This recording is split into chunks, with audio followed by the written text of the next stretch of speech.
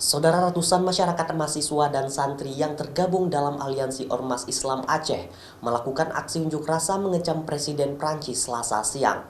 Aksi yang dilaksanakan di depan Masjid Raya Kota Banda Aceh tersebut berjalan lancar dan tertib. Presiden Prancis Emmanuel Macron yang dinilai menghina umat Islam kini terus dikritik dan mendapatkan kecaman dari umat Islam. Di Aceh sendiri ratusan masyarakat, mahasiswa dan santri yang tergabung dalam Aliansi Ormas Islam Aceh melakukan aksi unjuk rasa. Aksi unjuk rasa dilakukan dengan cara berorasi, dengan membawa sejumlah spanduk bertulisan, serta foto Presiden Prancis yang ditempel di jalan kemudian diinjak-injak oleh pengunjuk rasa. Hal ini dianggap sebagai penolakan karena Presiden Prancis dianggap telah menghina umat Islam. Ketua Dewan Perwakilan Rakyat Kota Banda Aceh juga turut melakukan orasi dan mengecam Presiden Prancis tersebut.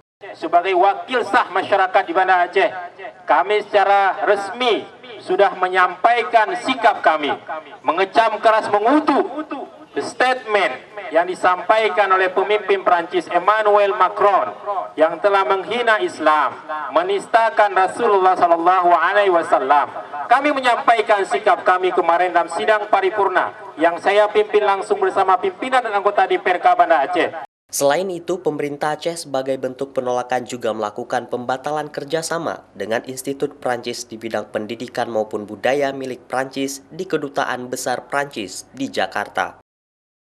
Syahril, Kompas TV, Banda Aceh.